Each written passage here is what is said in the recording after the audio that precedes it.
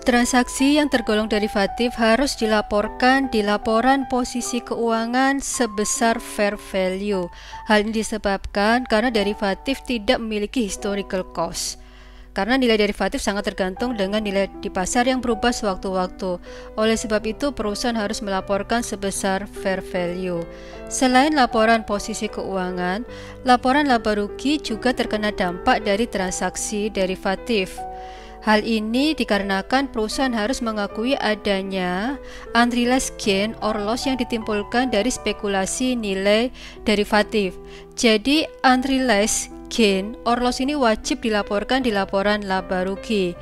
Untuk transaksi yang tergolong hedging, terdapat perlakuan khusus terkait dengan pelaporan gain or loss yang timbul dari transaksi derivatif. Sekarang kita bahas derivatif, langsung masuk ke contoh soal. Contoh di sini terkait dengan derivatif untuk tujuan spekulasi atau call option. Call option merupakan kontrak yang memberi hak kepada investor untuk membeli sejumlah saham tertentu atau aset lainnya dengan harga tertentu pada tanggal tertentu. Contohnya, perusahaan memiliki kontrak call option dengan Bird Investment. Ini adalah perusahaan investasi, sehingga perusahaan memiliki option untuk membeli saham perusahaan lain, yaitu perusahaannya Laredo, dengan nilai 100 euro per lembar sahamnya. Jika harga saham Laredo naik di atas 100.000 euro, maka perusahaan dapat mengambil option dan beli saham senilai 100 euro per lembar sahamnya.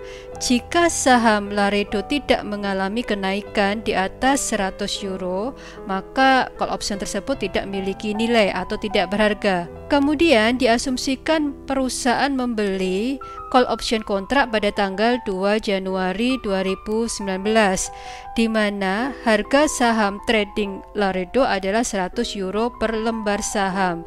Akhirnya perusahaan memiliki hak untuk beli saham tersebut dengan nilai 100 per lembarnya. Option ini berakhir tanggal 30 April 2019. Ketika pembelian, perusahaan membeli 400 euro, sehingga jurnalnya adalah debit call option dan kredit kas sebesar 400 euro. Pembayaran senilai 400 tadi disebut option premium, yang biasanya nilai belinya lebih rendah daripada pembelian saham secara langsung. Option premium menggambarkan nilai intrinsik dan nilai time value. Intrinsic value merupakan perbedaan antara nilai pasar dengan strike price pada tanggal tertentu. Strike price adalah harga yang disepakati untuk dibeli oleh investor. Jadi intrinsic value ini menggambarkan jumlah pembayaran yang diakui oleh pemegang option. Jika dikembalikan ke contoh tanggal 2 Januari tadi, intrinsic value-nya adalah 0 karena harga pasar sama dengan strike price. Kemudian terkait dengan time value ini menggambarkan nilai option yang lebih tinggi daripada intrinsic value. Ini juga menggambarkan kemungkinan adanya option memiliki nilai fair value.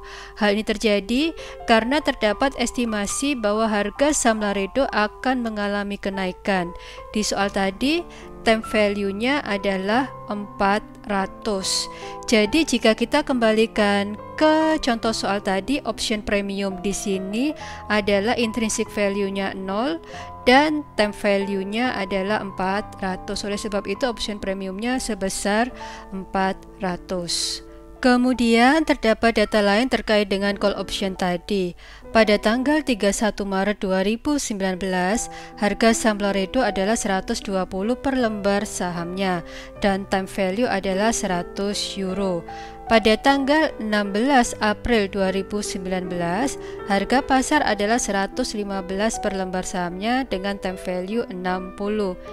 Jika berdasarkan data tersebut, maka pada tanggal 31 Maret 2019, harga saham Laredo naik menjadi 120 per lembar sahamnya, sehingga nilai intrinsic value call option adalah sebesar 20.000, yaitu dari nilai 120.000 dikurangi 100.000.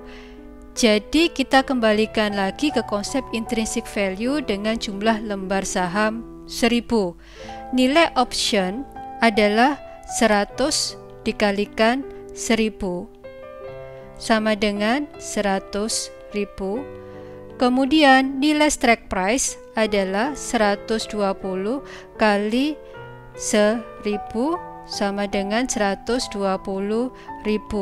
Jadi selisihnya menggambarkan perbedaan antara kedua nilai ini, atau dengan kata lain ini adalah intrinsic value sebesar 20.000.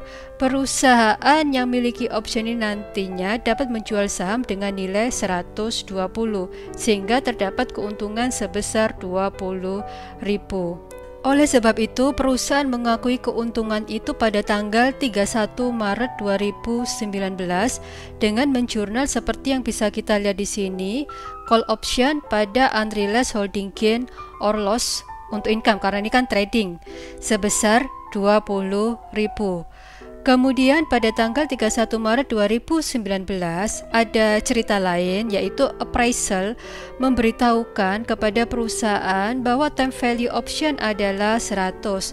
Maka perusahaan itu akan mengakui dengan mencatat adanya kerugian atas time value dengan cara mendebit unrealized holding gain or loss income dan kredit call option sebesar 300. 300 ini merupakan selisih antara pembelian option tadi di tanggal 2 Januari, yaitu 400 dikurangi dengan 100 sehingga kita melibatkan angka 300 di jurnal ini. Sehubungan dengan penyajian di laporan keuangan, call option dilaporkan di financial position sebesar fair value, yaitu 20.100. Karena tadi kan kita melibatkan beberapa jurnal yang terkait dengan call option, yaitu tadi jurnalnya jika saya gambarkan seperti ini untuk akun call option. Kita mulai dari 400, kemudian ada transaksi 20.000, kemudian ada kredit 300, sehingga di sini kita menghasilkan saldo akhir untuk call option adalah 20.100. Selanjutnya, unrealized holding gain kita akui di laporan laba rugi yang mempengaruhi net income. Tadi unrealized holding gain meningkatkan laba, sedangkan kerugian atas time value akan mengurangi nilai net income. Namun karena tadi menggunakan akun yang sama, yaitu unrealized holding gain, maka jika di total akan menghasilkan saldo kredit yang berarti perusahaan mendapatkan keuntungan atau unrealized holding gain.